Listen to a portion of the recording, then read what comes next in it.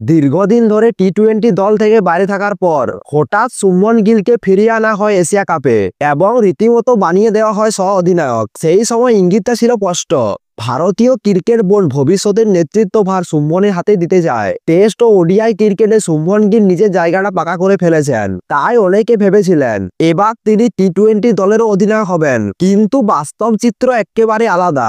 Australia সিরিজের চতুর্থ ম্যাচে গোল্ড কোস্টে তিনি 46 রান করেন, কিন্তু 39টি বল খেলেন তিনি, আর তার স্ট্রাইক রেট ছিল 120-ও কম। এই ধীর গতির ব্যাটিং নিয়ে এখন সোশ্যাল মিডিয়ায় চলছে জোর আলোচনা।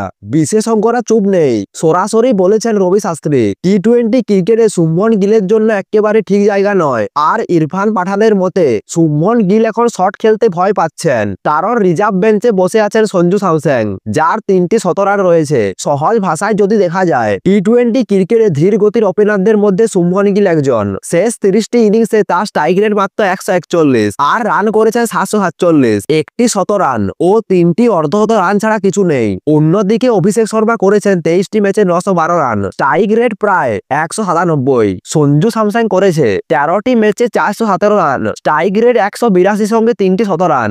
যশস্বী জয়সওয়াল করেছেন 723 রান, তার স্ট্রাইক রেট 168। সবাইয়ের তুলনায় শুভমন গিল অনেকটা পিছিয়ে রয়েছে। গম্ভীরের অধীনে এখন থেকে ভারতীয় দল আগ্রাসী ক্রিকেট খেলতে চায়, প্লেয়ারদের থেকে বড় শট, দ্রুত রান, কিন্তু শুভমন গিলের ধীর গতির ব্যাটিং এর ফলে সেই জায়গাতেই থমকে যাচ্ছে ইনিংস। অভিষেক শর্মা দ্রুত রান তুলছেন, শুভমন তখন উইকেটে দাঁড়িয়ে বল সেট হতে সময় নিচ্ছে, পাওয়ার প্লেতে কাজে লাগাতে পারছেন না।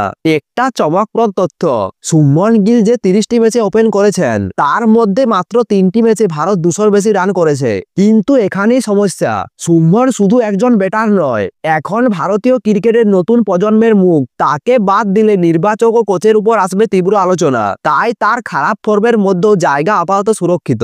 গম্ভীর ও সূর্যকুমারের নেতৃত্বে যে আগ্রাসী দর্শন তৈরি হয়েছে, সেখানে শুভমনের রক্ষণাত্মক খেলা কতদিন টিকবে, সেটাই এখন বড় প্রশ্ন। অন্যদিকে সঞ্জু স্যামসন ও যশস্বী জয়সওয়ালকে বারবার দল থেকে বাদ দেওয়া হচ্ছে। ইরফান পাঠান বলছেন, আমি যদি সঞ্জু হতাম, ভাবতাম এত রান করো আর কি করতে হবে দলে ফেরার জন্য।